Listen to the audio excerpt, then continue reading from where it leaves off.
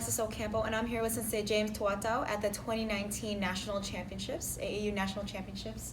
Hi, Sensei. How are you? I'm fine, thank you. How are you? Good. We're very happy to have you here and very honored to have you here as well. Just want to ask you a few questions in regards to your karate history, your background, and your experiences as well. All right. First question is, where were you born? I was born in Baguio City in the Philippines, Perfect. And what year? 1959, November. Okay, perfect. And what age did you start karate? I actually started late. I started when I was 21 years old. 21? Oh, wow. Okay. Yeah. And why did you start karate, actually? Why did I start karate? Mm-hmm. Probably it's the same reason that most people that just first start karate is to learn how to defend themselves, right? Mm-hmm. However, I think one of the main reasons I started is because I had a cousin in Las Vegas who trained in Shotokan Karate with Ray Dalke for 2 years. Oh, wow. And when he went to the Air Force, went to March Air Force Base, and that's in Riverside. Okay. And Ray Dalke is based there, and he went to his dojo for 2 years, and then after getting out of the Air Force in 1980, he came back to Vegas, and so he already knew karate at that time. So, and also, of course, I grew up when I was a kid in the Philippines. Every kid, all my friends, we all would watch Kung Fu flicks and Bruce Lee, and always had an interest in the martial arts. But back in the 1980s, my uncle, my cousin's father, was working as a poker dealer at the Hacienda Hotel, which is not here now.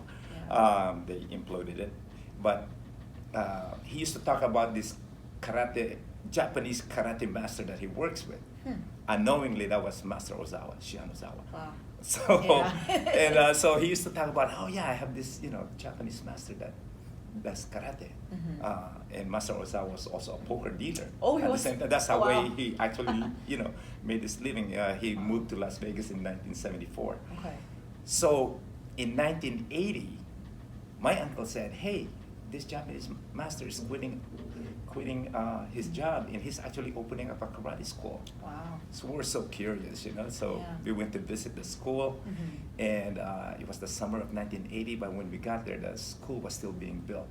Wow. But this old Japanese gentleman came out. I mean, I didn't know anything about karate and everything is the same to me: taekwondo, martial arts, kung fu, right? Yeah. So this old Japanese guy came out and had his sleeves, jeans. And this was Master Ozawa, and Wow. I didn't know what he was, right? And, so afterwards, my cousin's name is Ray. Ray, this guy's gonna teach us, this skinny old Japanese guy. He goes, yeah, and so anyway, in the fall of that year, the dojo opened. Okay. So my cousin started. Okay. And he was like, come on, you got to get started. But I was going to college, I was going to, trying to get my electrical engineering degree at UNLV. And so when school was done that December, I entered the dojo. Oh, wow. So that's the way I got started in karate. Is my cousin knew about it, and then luckily enough, without knowing anything, we fell into Master Ozawa's hand. Okay. That's awesome. Yeah. Now, did you only train with Master Ozawa? He is, well, yes, he's my only full-time teacher, Oh. But because he was the most senior instructor in the Western world at the time, the most senior Japanese instructor, he was able to, when the dojo had its grand opening in 1981, we also had our very first karate tournament. At that time, now it's called Ozawaka, but at that time it was called Traditional Karate International Tournament. Okay. And so our first tournament, compared now, first tournament we had 6 instructors and 30 competitors. Oh, wow. All black belts, but this was like, Sensei Mikami, and they were all Shotokan senseis. Oh, yeah. Sensei Mikami, Yaguchi, Koyama, Takashina, Ray Dalke, James Field, and Frank Smith, 7 instructors. Wow. And it was basically, the competitors were from Sensei Koyama's dojo and from Ray Dalke's dojo. Wow. That was the very first my tournament. Tough competition. But as far as training with other instructors, Sensei Ray Dalke and Frank Smith, 2 of the legendary American instructors now, used to travel. Sensei used to invite them to come to the dojo in Las Vegas. So they used to drive from Riverside to Las Vegas Wow. and spend a few days there teaching at the dojo. And we would do this. This is like in the early '80s, Jeez. and we would do this several times a year. Wow. Then the tournament, of course, became through Master Ozawa's leadership, it became really big. So we start getting all the other Japanese and American senseis Word of coming, mouth, right? yeah. Yeah, so we were able to train under these masters. Wow. Like Kanazawa Sensei, Mikami Sensei, and Teru Hayashi, and you name it, Morihiko Onna. So all these famous masters that are only in their. I'm actually, I think, older now than they were at that time. They were. Master Ozawa at that time, 1980, he was born in 1925. So, Oh my goodness, yeah. So they were still in their mid to late 50s, Yeah. So they were either my age now or younger. Right. And of course, we thought they were old then too, Right. because we were really young. Yeah. So I was able to study not as consistently under other masters, but I was able to take from them, Awesome. as well. That's awesome. And what do you see as the benefits of karate? Benefits of karate. Well, to me personally, it taught me a lot of self-confidence. Because when I started, of course, I didn't know much about it, but as I started to train, I realized that this is something that I could do well. Yeah. I was able to pick it up really well compared to my other classmates, and that boosted my confidence a lot. But of course, there's so many values, hidden values, and that are priceless. That are the benefits of karate, such as my being from a Filipino family. Of course, we're always taught to be very respectful, Yes. right? But karate still taught me that, right? Also to make sure that you're always humble, not meek, but to be humble. That's one of the true benefits of karate, I think. Giving you that, what do you call it? To be able to, the confidence to be able to speak in an interview like this, let's say, or maybe out in front of a big audience. Right. Your karate translates to that because of your when you're teaching in class, you have to be able to be show good leadership, be assertive, right? Right. Things like that. So there's many benefits of karate, I think, that are not just involved within kicking and punching. Right. Learning how to defend yourself. So there's those things I believe are very, very important. And how have you seen karate evolve from when you started and then till now? Also, where do you see karate going in the future, would you say? How has it evolved? I tell you, I think the training has evolved a lot. Yeah. When Sensei Ozawa Sensei used to talk about the way he trained. So we'll go back to that date, right? Gosh. This is like, he started before World War II. And he said that the way they weeded out their class was brand new white belt, punch the makiwara 100 times. Ooh. So of course, and their makiwara in Japan, of course, is made out of straws. It's not like has a nice leather wrap to it or whatever. Yeah. So they were all bloodied, and the people that didn't quit got to stay in class. And of course, they had more physical contact with the students. Meaning, he used to tell us that if you made a mistake in class, the whole class gets punished. One person at a time gets slapped. Oh, wow. Like not just like a little slap. Right. You know what I mean? So that was his day. But during his time, he kind of eased off a little bit with us, but he was still really strict, right? Really strict. Like if your fingers are slightly off like this, wow, that's the way he would say it, and then he would emphasize it, And so, I think so. Today's teaching, the way we teach now, is much different than that. Yeah. We're still strict, but not like as, I don't think as physical Right, like not that. a Yeah, slap. exactly. How has it evolved as far as training, I think that's one of the biggest involvement. Is like, Mm-hmm. but as far as the use of modern teaching methodology, modern equipment, that has changed the Yeah. training a lot, right? Like Yeah. this, like you're one of our superstars Thank you, athletes, Sensei. and but your coaches and in your dojo, I'm sure you used so many different technology. Yeah. Not we didn't have that when I was training. Right, social Basically, media. yeah. Yeah. Well, not only that, but to enhance your agility, your Oh, speed, right, yes. and your power, because you're using different equipments, or Right. you're using different ways to move. Mm-hmm. In our days, when I was training and competing, I won a lot of tournament, but you just trained hard at the dojo. We didn't have that the Yeah. different methodology that coaches use now, the different equipments and or the things that they learn from other sports like football or basketball. Yeah. That Exactly. they've incorporated in karate training. So I think that's the different. That's helped. Yeah. And where do you see karate going in the future, would you say? Immediate future, I would say karate is gonna get a big spike in 1920. Of course, because it's Yeah. going to the Olympics, Oh, right? yeah, Just like 2020, yeah. 2020 Olympics, karate. The word karate is gonna, Yes. and of course, a lot of people that might not even be considered or consider training might just from watching that all of a sudden will get an interest. So I Right. think the interest right after the Olympics in 2020 will make karate go high, like Okay. as far as enrollment in the dojo and Yeah. all that.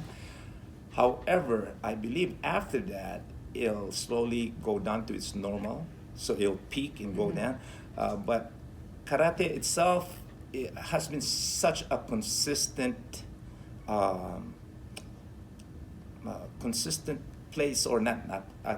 It's Yeah. where if people want to train martial art, you don't see it just like the MMA with where when the advent of UFC came, when it just like rolled over all the other martial arts, right? Everybody Right, was yeah. interested in it. There's a hype to it, Yeah, yeah. hype. But karate, whether there's a hype or not, is consistent, right? People that want to train in traditional some form of martial art will keep doing karate, just as I said, because it has all these great values in Yeah. its the things that you learn from it are priceless. Just not like learning how to defend yourself. Right. So as far as its future, I believe karate will stay the same. Yeah. It's not gonna fall off, but Right. it's not gonna spike and stay up there. Right. It will spike though Yeah. in a year. With the Olympics, yeah, yes. yeah. Now, what advice would you give to current and future karate athletes and instructors, or in general the karate community? To current and future athletes or future karatekas, let's say, because not everybody's Yeah. gonna be competing, right? Right, yeah. I would say 90% of the people in a dojo just wants to train, and some want to Right. train and compete. So addressing that, I believe as far as did you say what advice? Yeah. Yeah, as far as my advice, my sensei, the advice that he gave us a lot was always remember your first intention. Meaning, when you first came to the dojo, why? What did you intend to do? What did you intend to get out of this? Okay. Always remember that, because that's one of the most important thing I believe that I could advise somebody that would start training. Because as you start to train, and especially you start to get good, Right. you start to lose that humbleness a little bit. Start to but always go back to that. Never forget that. Your why. Yeah, your Yeah. why. And always have that beginner's mind. Yeah. I see that in Sensei Mirza. He would train under anyone. Yeah. Yeah. He would put his gi on. It's a good role model. He's humble. Boom. Yes. Goes in there and would train. Right. Yeah. So always have that beginner's mind, so that you're always learning.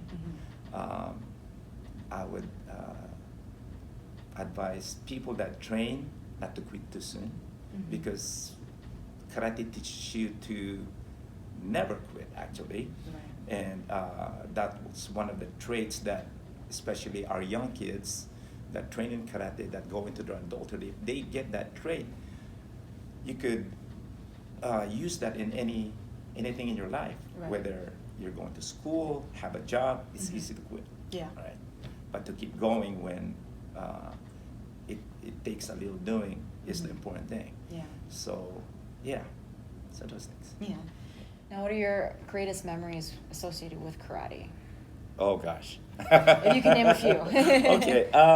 Well, of course, training with Shihan Ozawa. Yes. You know. Yeah.